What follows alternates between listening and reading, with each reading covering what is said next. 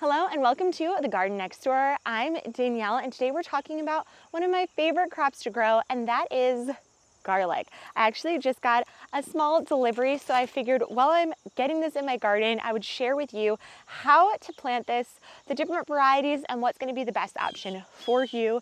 The work that's included, hint, hint, there really isn't that much. You're going to put it in the fall, so make sure to order yours if you don't already have it.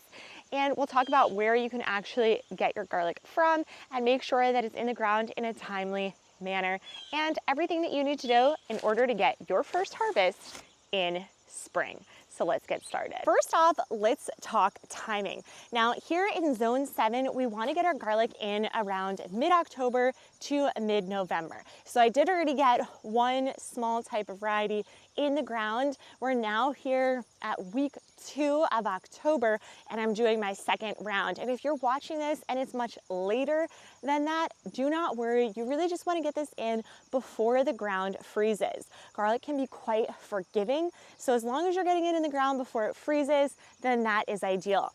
Tip here, we really want to be getting it in later, not earlier. And if you're in a different zone, then you might be able to get it in later. Just getting it in a good week before your first hard freeze date is going to be ideal. Let's talk garlic varieties. Right here, I have my soft neck garlic. This is what you usually are gonna find in a grocery store.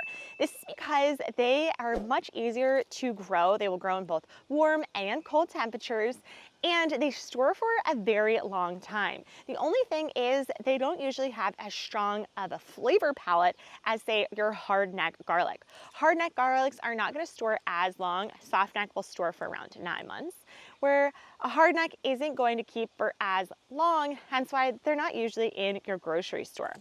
A hard neck is also really going to be ideal for colder temperatures. So somewhere like a Zone 7 that we're in, we can actually grow both a hard and soft neck, but in warmer climates, you might only be able to grow soft necks. So keep that in mind and do a little research on where you live. You can just go into Google your zip code, what zone it is, and then find your zone and you can understand how exactly or what exactly you should be growing in it.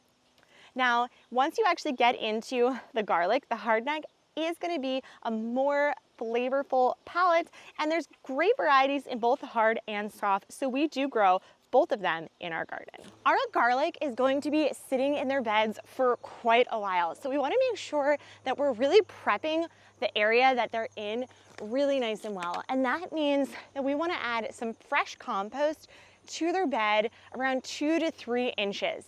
Now, it's important that you're adding a nice compost, especially if you have really compact soil like a clay. We want to make sure that it's a light, airy atmosphere, because similar to carrots or other root vegetables, the ground is where they're going to be growing the most. So you don't want anything that's going to be too restricting on them, and you want to make sure that they have enough nutrients in the ground in order to keep growing all winter. Garlic also needs plenty of nutrients. It's a heavy feeder, so I'll mix a balanced organic fertilizer or a slow release option with nitrogen, phosphorus, and potassium, something like a 5-5-5 blend. I've heard of many people that just plant their garlic in the same location every year because garlic are usually pretty hardy. They can take high wind areas that maybe other plants can't, and they love sun. You're gonna wanna plant them in a full sun area so they can really soak in all that goodness. Okay, let's actually talk about planting our garlic, the fun part. Now, when you get your garlic, it's usually gonna thrive like a full garlic. You do wanna be wary. You don't wanna be buying garlic from the grocery store and trying to plant that. You'll notice that it's just not gonna grow super well, and if you're gonna be spending time, money, and effort in growing your garlic, and it takes quite a while just to get to a garden that has really, really tiny, I mean like really, really tiny garlics. I tried it one year. If at any, then you're gonna wanna get a better garlic. So I will link down below some of the garlics that I really enjoy and the varieties that I enjoy where you can get them.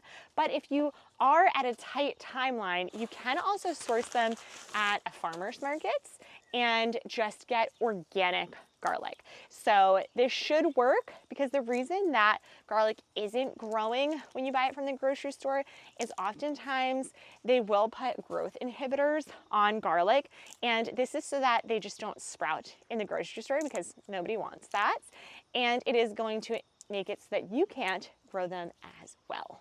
Now let's talk about when you're actually going to plant them.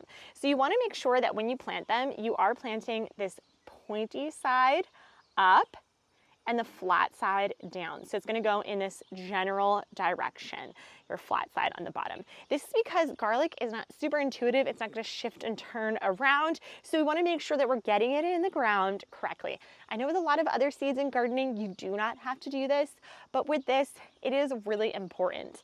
And you want to put it around 2 to 3 inches down. So you can use any type of tool. You can use the bottom of a shovel. You can use a shovel. What I'll do is kind of just take my hands and put it in the ground and go around 2 knuckles up, and that's going to make sure that it's around 2 to 3 inches in. We're planting our garlic in the ground, so we want to do around 6 to 8 inches apart from one another. Garlic do like to have space for air within their beds, so we want to make sure that we're extra cautious of that and we're giving them some space. But you can still get a lot in the ground. If you're looking for an activity with your toddler, this is a great one because you can just use your hands. I found that you can also have them help you peel them apart. So it's a really fun activity for them and their little fingers, a game to see what they can do and get them involved in the garden at a young age. Let's fast forward to spring. This is when your garlic is going to shoot up. You're going to see vibrant green coming out, and it's really going to start to grow.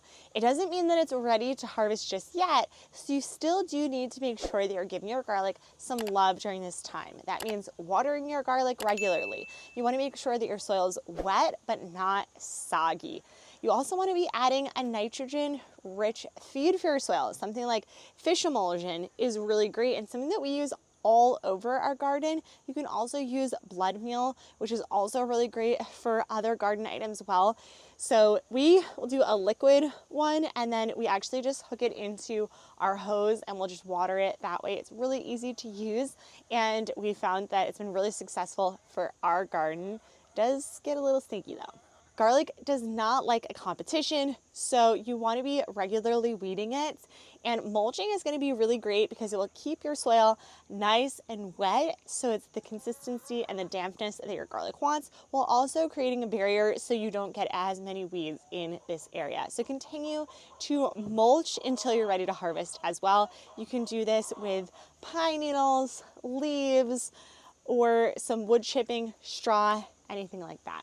If you've planted hardneck garlic, then you're going to notice that the greens will start to curl in those scapes. Now the scapes are actually edible, so you can be eating these as well, but once it does start to curl in or loop, this means that the garlic is actually focusing its energy on the bulbs and growing those and not necessarily growing out the scapes at this time. Now let's talk about when to actually harvest your garlic.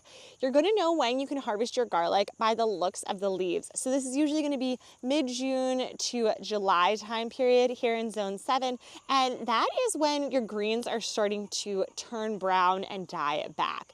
You don't want to wait until all of them have turned back, because then what's going to do is it's actually going to turn the wrapper and loosen that out, and it's not going to protect your garlic as well for saving your garlic wintering it. So what you want to do is wait until around half, and then what you're going to do here is you're going to actually pull from the base of your garlic, pull up. You don't want to necessarily be pulling from here because it's just going to potentially break and you're not going to get the full harvest that you really want. So make sure when you're in the ground, you're just kind of yanking it from the base here and pulling it out, and that's how you can get your garlic. Once you've harvested your garlic, then you can actually start to cure it so that it will last a lot longer. This is basically just drying out the garlic. So you want to be curing it in an area that you can hang your garlic in and let it dry out in a nice, cool, dry, shaded area for around 2 to 3 weeks. Once it's fully cured, then you can cut off the tops and the bottoms, and you can start to save it so that you have it all winter long. And you want to make sure that you are saving some of your best garlic, some of your biggest ones, so you can actually be planting them and using your garlic to continue to grow more garlic for the future. Well, friends, that is exactly how you can get started with growing your own garlic. If you found this helpful, definitely like, subscribe, and get our winter guide for gardening in the link below on our website. We'll see you again next time. Bye.